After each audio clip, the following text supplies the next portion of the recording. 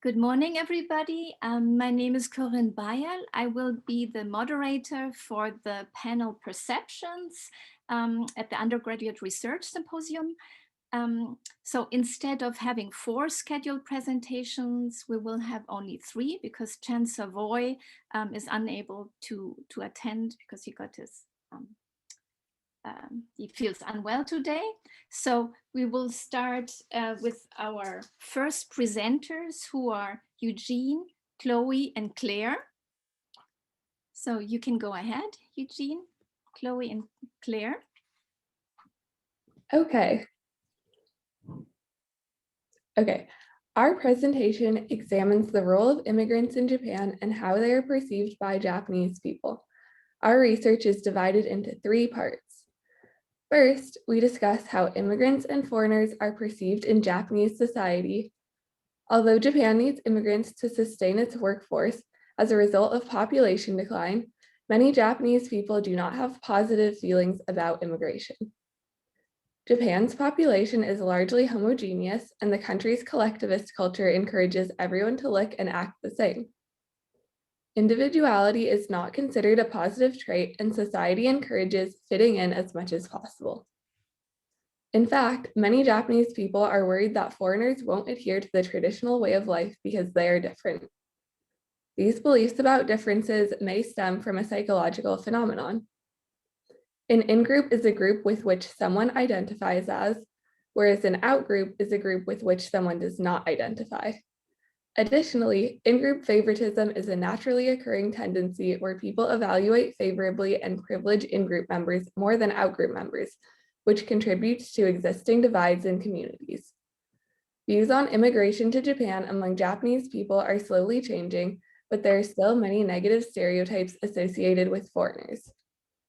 When Japanese citizens were asked about immigration, only 23% believe the Japanese government should allow more immigrants to move to their country. Furthermore, many Japanese people believe immigration increases the risk of terrorism in Japan and think immigrants are more likely to break the law. One reason why foreigners may be perceived negatively in Japan is their small number and therefore lack of contact with Japanese people. When people do not have the opportunity to develop a relationship with those who are different from them, it can cause a lack of understanding that leads to a lack of connection and a sense of otherness. As immigration rates to Japan rise, perceptions towards all kinds of people who are not Japanese will hopefully slowly become more positive.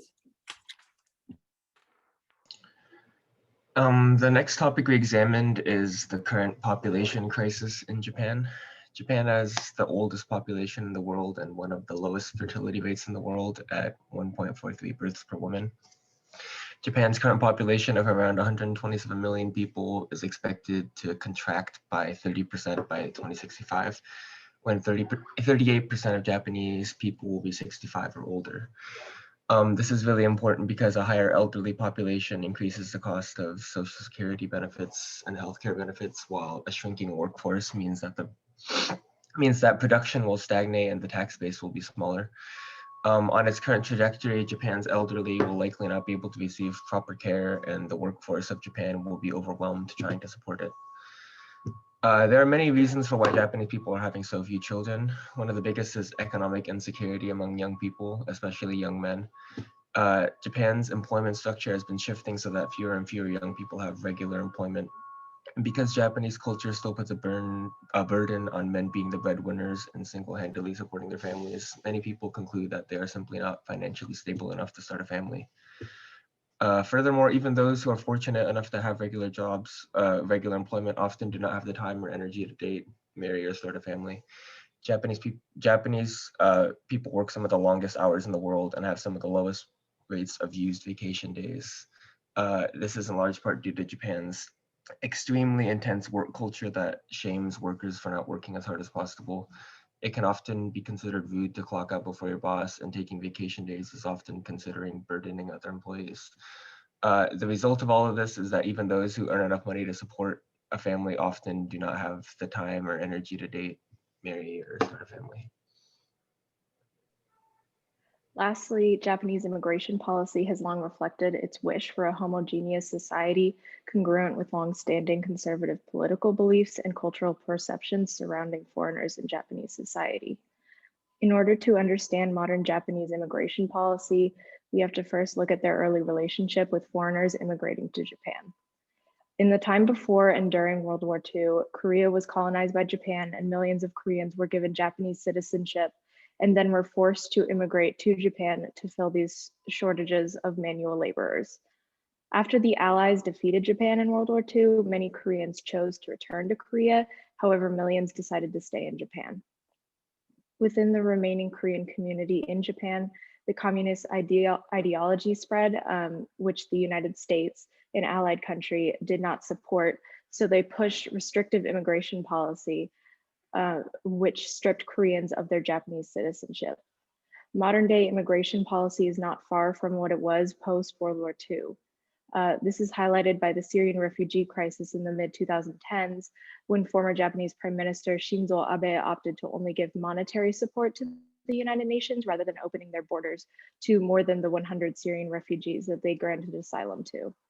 The resistance to radically expanding Japanese immigration policy has largely been a political issue, as the Japanese are fairly conservative in their voting.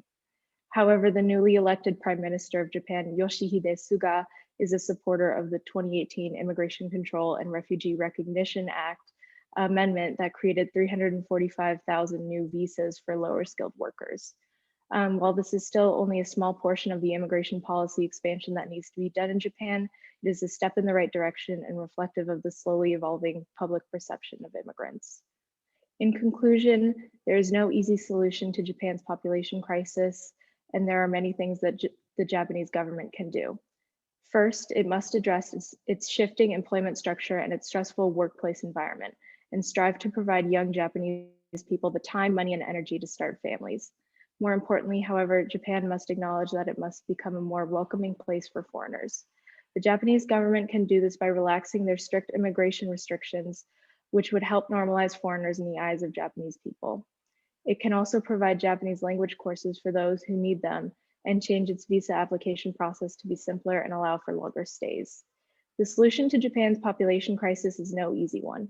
However, if Japan wishes to remain relevant in an ever globalizing world, it must be willing to make changes that go against what it has historically done, even if the public disagrees. Thank you. Very good. Very interesting.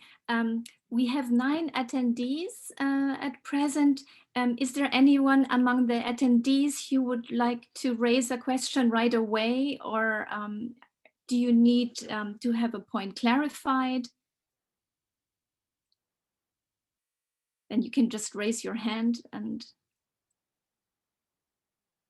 ask a question. If not, then we'll wait until the end of the session. Okay. So thank you very much, Eugene, Chloe, and Claire. Good. Then let's go ahead to the second poster presentation. And this one is about the Alaska Mental Health Enabling Act, the treatment of Alaskan Natives in mental health policy.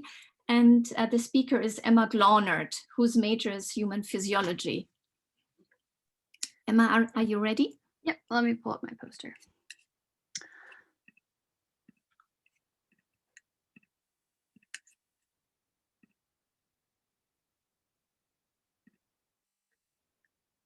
Okay, can you guys see that all right? Okay.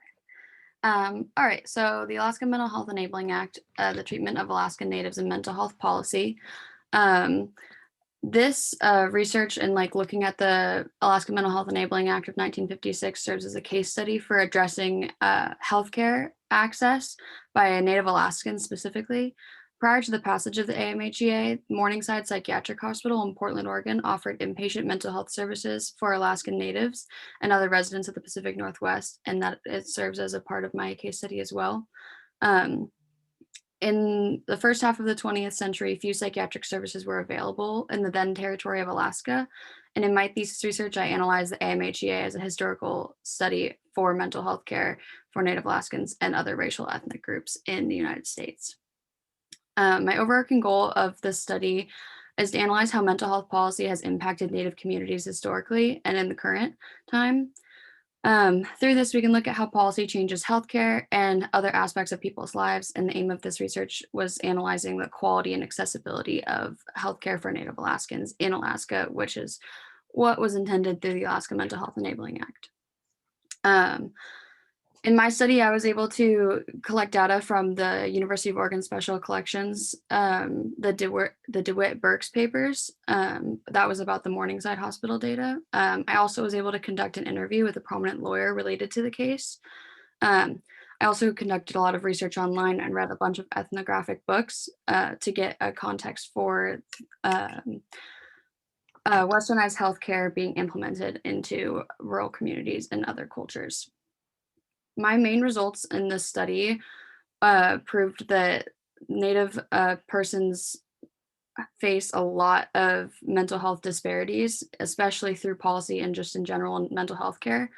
A few statistics include that while just 14% of Native Alaskans have received mental health care services in the last year, over 18% of Caucasian people in the US have. And also in another survey where the question was asked, is everything an effort? 12% of Native Alaskans responded yes, while only 6% of Caucasian US citizens responded yes. The main results from my interview began with that before the AMHEA patients were sent to Morningside Hospital. Most of these patients never returned home, and the creation of the Alaskan Psychiatric Institute from the funds of the Alaska Mental Health Act allowed the Native Alaskans to stay in Alaska to receive treatment, which greatly improved the outcomes of all treatments. This is like a key piece that I've learned through this, is that having access to healthcare close to home allows Alaskan Natives to be close to their families and their support system, which is a key part of becoming healthier in their mental health. The API and the AMHEA have not solved all the problems. Another big thing that I learned from this interview was about colonization of this land and how many land disputes and even diseases it brought. And colonization essentially has bred this lack of respect for Native Alaskans and also has carried over into today's current time and contributes to the disparities that they face in mental health care. Also, very little attention has been paid to cultural competency in American policy. It's something me and the lawyer spoke about a lot, such that like such a high population of Native Alaskans have been admitted into psychiatric facilities. In theory, they should be understanding the cultural competencies needed to help them heal, while most of the time they're not even acknowledged or even given a space to do that. Something as simple as food is something that we talked about, that where Native Alaskans would benefit heavily from having culturally relevant food in psychiatric inpatient facilities, and that does not happen very often. And also the last thing that I learned that was very surprising from this interview was about the process of land selection for the AMHEA. So the AMHEA essentially is a fund that was created, and the fund creates the money from benefiting off of land. And so the process in which the act actually selects the land is slightly problematic and ended up blocking land rights from a lot of Native tribes in the original policy. And there were many lawsuits that followed, which eventually did lead to the tribes regaining their land again. But this was a very eye-opening thing to realize how much lawmakers do not understand the full scope of Native persons' lives when creating policy, and how this policy not only affected their Native persons' lives in the hospitals and in psychiatric facilities, but also outside of their even healthcare in general, but just their actual lives and the land that they live on. My main conclusions are that the AMHEA is standalone by itself. It is a policy that has not created other places, which is very interesting. Another huge thing was about the in-state mental health care and how important that is to Native persons. That can also be translated into the need for accessible healthcare for other minority groups in the United States. I was able to connect those two things very well. And so accessibility and like physical location of healthcare, also like cost effectiveness of healthcare, mental health care for minority groups in the US is very key. Mental health policy in the United States does need to outline cultural competencies, which is something that it lacks currently. And I feel like a lot of policies do need reform to include in their mental health care policies that how to culturally understand these groups of people to treat them properly. The biggest thing that I learned was that policy and law in the United States creates an environment within healthcare, and as a result, it is important for the policy itself to create equality from the ground up. This essentially meaning that policy is the base level of creating the system, and without changing and reforming the policies to outline these cultural competencies, we won't be able to change the system at all or improve the healthcare system, mental health care system for these minority populations, Alaskan Natives included. Colonization is the root of mistrust in westernized healthcare, and this is something that also needs to be addressed in policy. Westernized healthcare is not always the number one option for these types of populations. In many papers that I've read, it has been shown that where alternative healers and different types of treatments are included in policy and funded by programs like this, many Native cultures would choose to go and get treatment through that and have better outcomes than receiving standard westernized healthcare or inpatient psychiatric care. And lastly, that federal and state policies often take advantage of Native persons, not only in healthcare setting, but also in ways that we can't even expect. In this case, it was about the land, taking the land from the tribes. In other cases, there are like, it doesn't understand the full scope of the lives of Native cultures, and oftentimes do take advantage of them in ways unknown to us or as policymakers. Yeah. Thank you very much, Emma. Is there anybody among the attendees who would like to ask a question to Emma right away? And if not, then we would wait until the very end of the session. So I surely have a lot of questions, but I can wait. Okay, then let's go to the third panel presentation today. It's by Riley Hodges and Emma Mortland. And they will present on mission trips in Mexico, exploring the ethics of foreign aid. So Riley and Emma, you can go ahead. Can everyone see my screen? Yes. Awesome. Riley, you can start. Sounds good. Hello, everyone. I'm Riley Hodges, and my partner is Emma Mortland. And with the support of our research mentor, Matthias Vogel, we've been exploring the ethics of foreign aid through the lens of mission trips in Mexico. Our research focused on what makes a good foreign aid model and compared that to current mission trip designs in Mexico. We explored the effects of mission trips have on local communities and how we can improve the existing models to provide ethical and sustainable aid. Our research pointed to the reality that mission trips are harmful and can reinforce the white savior complex while taking away the autonomy of the local community members. Because Riley and I are both Spanish students, we wanted to look at Mexico specifically and the exponential rise of mission trips there. We both believe that it's extremely important to examine the harmful effects mission trips have and address the issue of the white savior complex in the United States as well as in Mexico. So when we started our research, some of the first things that came up were studies and discussions detailing positive foreign aid models. So I figured we'd start here in our presentation just to orient everyone on what kind of criteria we were considering as we started going into more specific research. So one standout aspect of a strong model was community involvement. So this means collaboration with local communities about specific areas they need help in prior to program implementation. and also getting regular feedback on how things are working for them.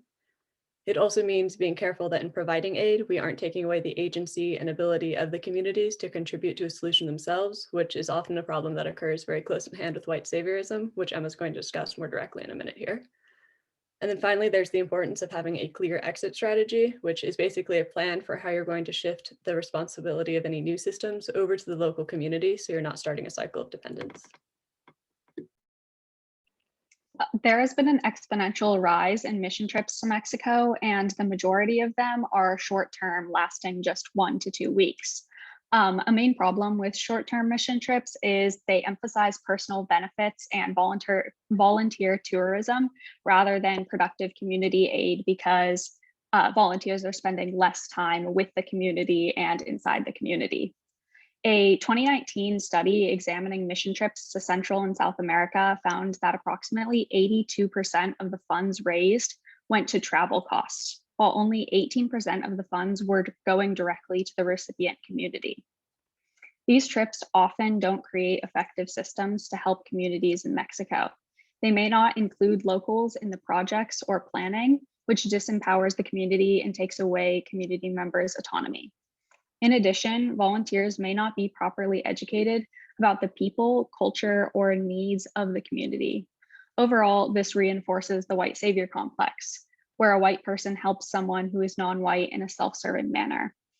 Mission trips can perpetuate the harmful mindset that we or white people need to come in to save a community, which is simply not true. Now it's time to talk about some of the ways we can shift current models to being more ethical. An important place to start here is the necessary shift in mindset that's going to need to occur preemptively. Currently, we've noticed the focus seems to be more on volunteer experience than actual scope of community benefit. Not to say that there haven't been good examples or that it comes from malicious intent, but just to say that that desire to do good needs to be reframed in a way that really puts community success first, rather than feeding into that rhetoric of white saviorism that we've been highlighting. And then leading off of that, making sure that volunteer coordinators are really collaborating with local community authorities to ensure that the aid being offered fits the community and to establish trust as well. Then there's redirecting program funds. So Emma noted how there are a lot of cases where community members are fully capable and willing to do the work. It's just a matter of access to resources. So we're suggesting using some of those travel fees to help supply materials instead of sending volunteers when they're less needed by the community.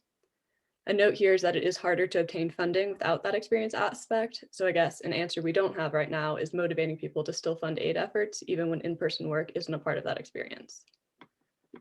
But then for cases when volunteer work contributions are of benefit, it's important that adequate education on culture and dynamics like the white savior complex is given prior to departure.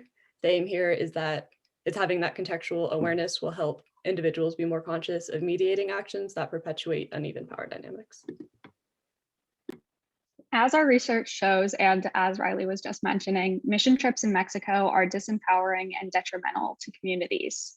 By improving the existing approach, mission trips can support communities in need while effectively combating and dismantling white saviorism.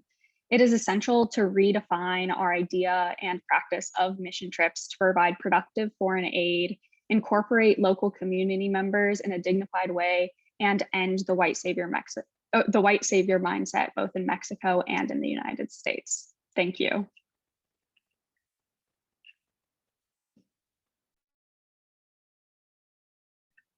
Thank you very much, Riley and Emma. Sorry, I was muted for a second. Okay, so I see one question in the question and answer. Kristin Yeris, I'll read her statement aloud, just in case people have problems reading it themselves. Great posters, everyone. I won't be able to stay to the end, but wanted to ask Riley and Emma if they had been in touch with Sarah Clark in the Mills International Student Center. Sarah did a thesis for an MA in International Studies a few years back on similar topics in Costa Rica, which you might find interesting. Also, you all and Jean, Claire, and Chloe might want to see about applying some of your interests in improving cross-cultural community by getting involved with the Mills Center. So do you know, does anybody of you know Sarah Clark in the Mills International Center? I don't, but thank you so much for the question. I'll definitely check her out. Okay. And attendees, we are eager to receive your questions. Small, medium, large questions.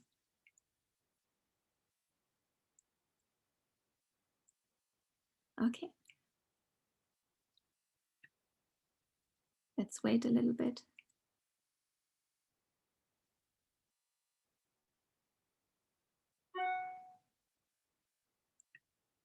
So while panelists, while the attendees can still think about possible questions, I do have a question basically about the white savior complex. Do you think that the organizations who are responsible for offering these trips or for organizing them, do you think they are aware of the problem of the white savior complex? Do you see that when you go on their website or you read through their information material?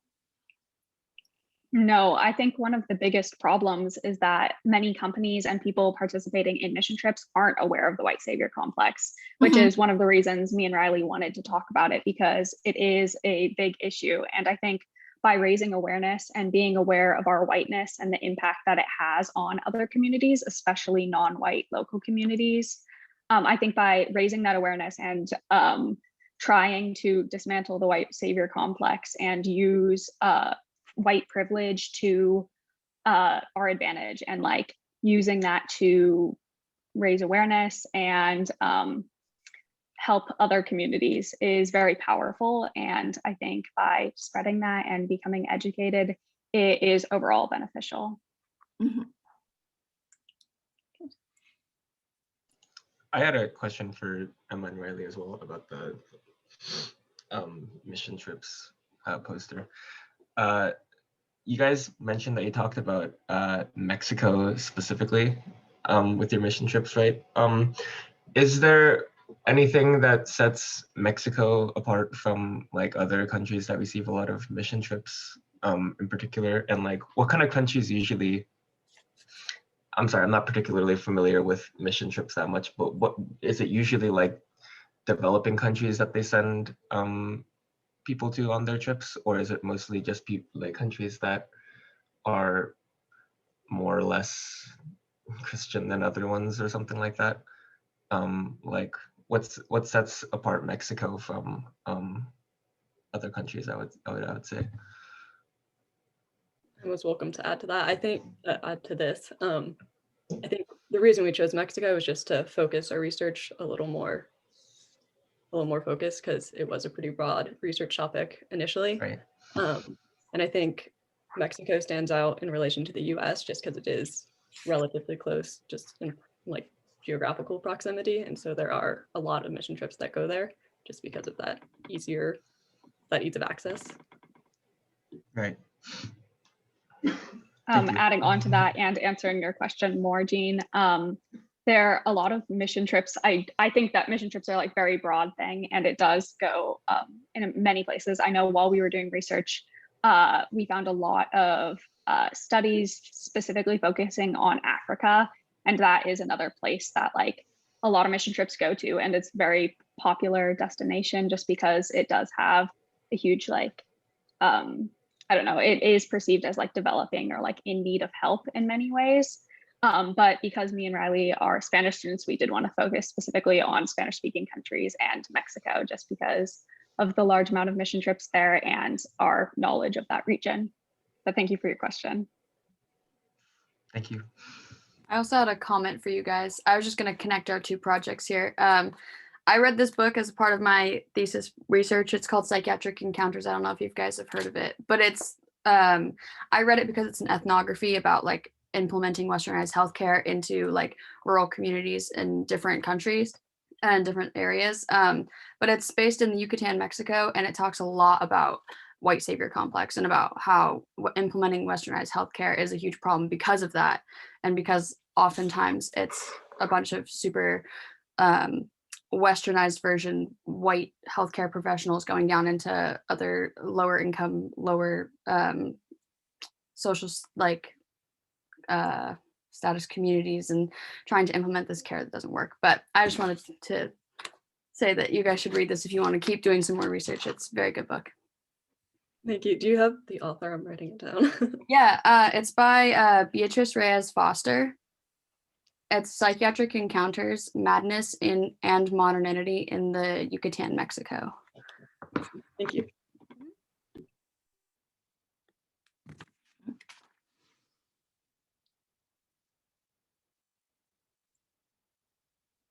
I have a question for you, Emma. I really enjoyed your presentation. I thought it was very interesting. And I don't know if you did research specifically about like land back movements and like missing and Indigenous relatives and family members. But do you think movements like that like support Indigenous families and like Indigenous rights, do you think that those include like mental health in them a lot? And do you think that adding mental health to movements like that would be beneficial? Definitely. Yeah. Actually, there's an interesting movement that I didn't talk about in my presentation because it's kind of an in-depth thing that I just spoke about in my paper, called the Lost Alaskans. And it's like a Facebook group page. It's literally trying to bring back the lost Alaskans who were shipped down to Oregon to go to Morningside Hospital. Essentially, they're trying to reunite their remains of their loved ones with their families back up in Alaska, because most people didn't get back to their families. But yeah, that was a big thing that I wrote about in my conclusions of my paper, just that being close to family and having that support system is something that we've proved in time and time again in psychiatric healthcare that is necessary for healing. It's even more necessary for Native communities, specifically American Indians and Native Alaskans. And so like including that in healthcare, I proposed a reform that would include like allowing more family members to be a part of the treatment, also letting family members choose and what kinds of treatment, which is super key because not everybody wants to receive the same kind of healthcare, and also having the option to not be shipped to an inpatient facility in a big city, rather having someone like maybe come out to them or have an inpatient facility closer to where they live. So yeah. Awesome, thank you. Emma, I do have a question about your research methods. You said that you accessed some material in the special collections of the Knight Library, and I wonder, I think if I remember correctly, you said that those are records from the Morningside Hospital. So to which type of records did you have access? And among the material that you used for your project, were you able to access any kind of like primary sources of the patients? I don't know, like autobiographical testimonies of that sort. And I can imagine that the confidential, the requirement of confidentiality, you know, in a hospital would keep you actually from accessing a lot of interesting material. But tell us a little bit more about the material you gathered. Yeah, so in the Berkes-DeWitt's papers within the special collections, I had access to things such as patient testimonials. I also had access to things that were called the meeting minutes, which was essentially like the Morningside Hospital staff would get together and they would record their like meetings, and we have access to those. We also have access to like patient demographics data, which was compiled last year or the year before by my thesis advisor, Dr. Kristen Yaris. So I used most of her like compiled data, but that all comes from the Berkes-DeWitt papers. And then also I got access to like hospital audits and financial records, which threw a little interesting twist in there. I mostly used in my research the patient demographics data, some of the meeting minutes, and like mostly looking at like the response to Native Alaskans coming to the hospital and what the like thought process around that was, and then also how many Native Alaskan patients were admitted, what their diagnosis was, what their prognosis was, and if they were ever discharged or if they lived out the rest of their life in the hospital, which was most of the time the case. As most of the Native Alaskans who were sent down to this hospital never returned home. They ended up passing away while in psychiatric care. Yeah, that's like the extent of the data that I received from there, but it was very interesting. I also put a little section about the hospital financials, which is a super big scandal, and eventually led to the hospital closing, which did give a little more context to the whole situation of what the hospital looked like at the time. Mm-hmm. And what percentage of patients from among Native Alaskan people did the hospital have? So among all patients, was that the large percentage was from Alaska? Yeah, I would say somewhere between 70 and 80% was Native Alaskans, people being shipped down from Alaska. And like, mind you, this was happening all before 1956. This was happening in like the early 19th century. And so like to get people from Alaska down to Oregon, it was like by dog sled or by big barge on a boat. It wasn't a very pleasant journey. And that's why I use the term shipped, because that is, I feel like, the best way to describe how they got to the hospital. Mm-hmm. That's fascinating and very rich history that you can unburden there. Mm-hmm. Do our attendees have more questions?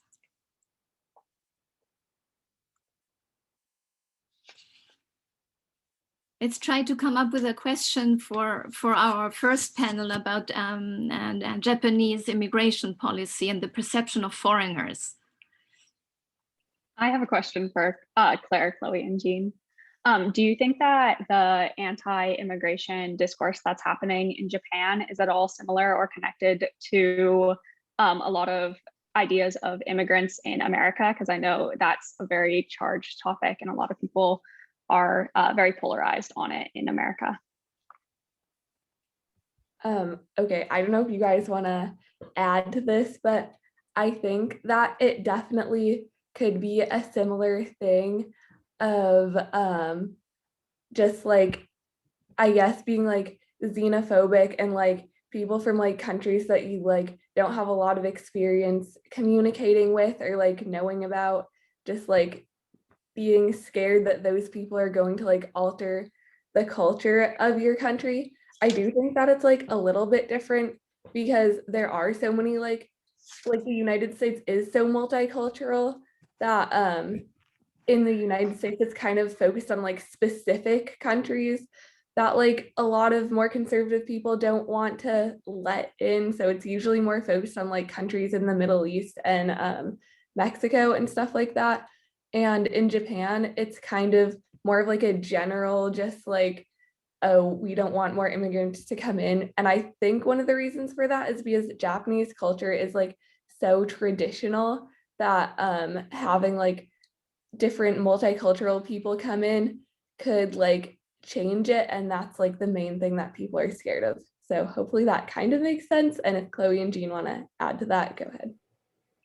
I'll just add a really quick point. I think at like the root of the problem, like the fears are usually similar. Like people that don't really want to increase immigration, their rhetoric is usually along the lines of like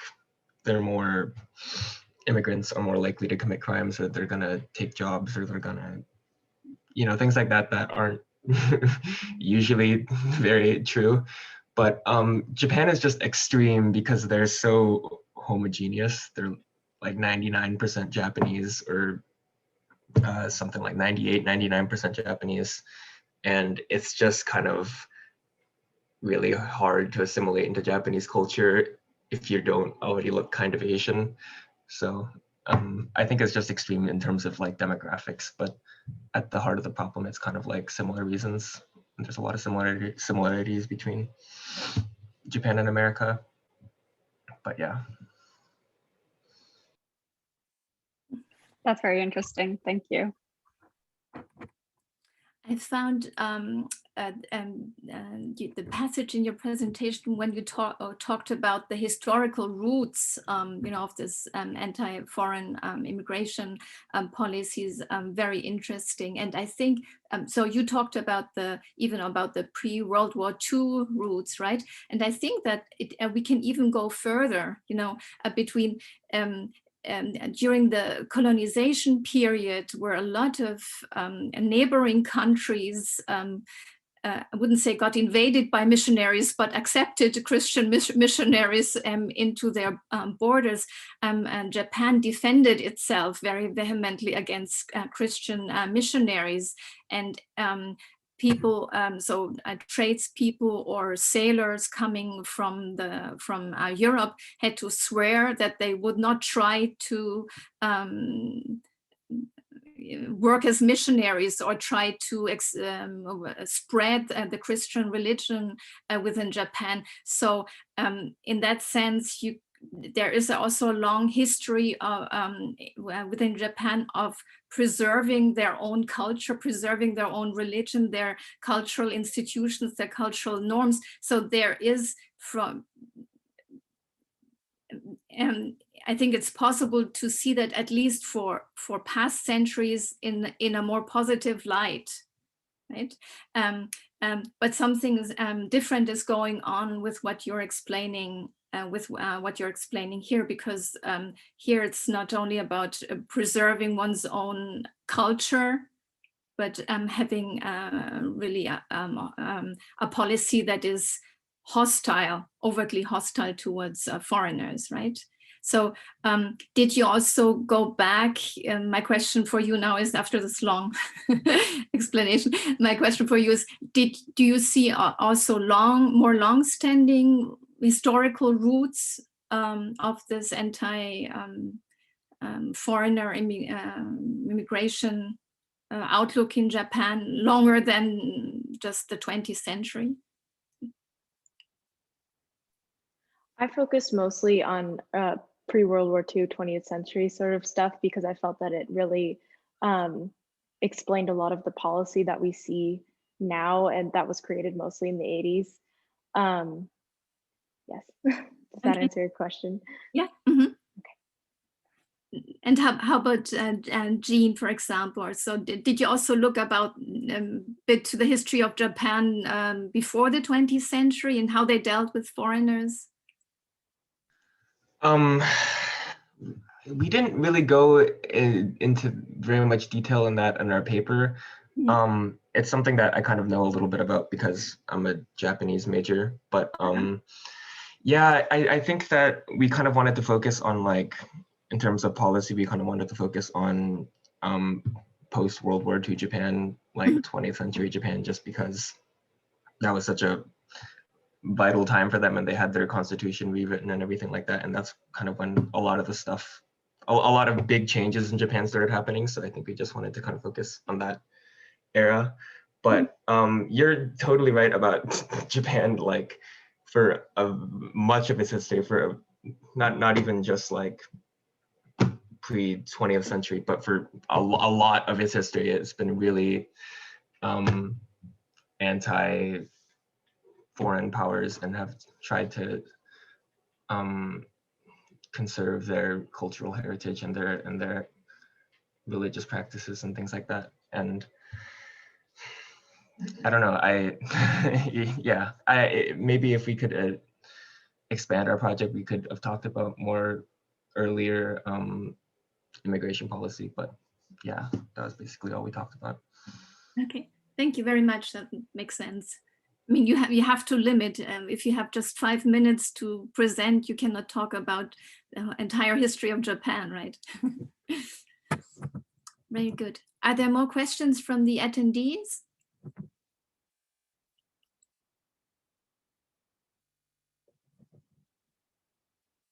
Let's give them 10 more seconds.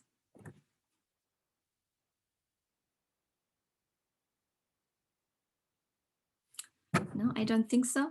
So Emma, Riley, Emma Mortland, and Chloe, Claire, and Jean, thank you very much for preparing such terrific presentations. Thank you for doing awesome research. I hope you enjoyed your project. So I've learned a lot from you. And I'm sure even the silent attendees have learned a lot from you.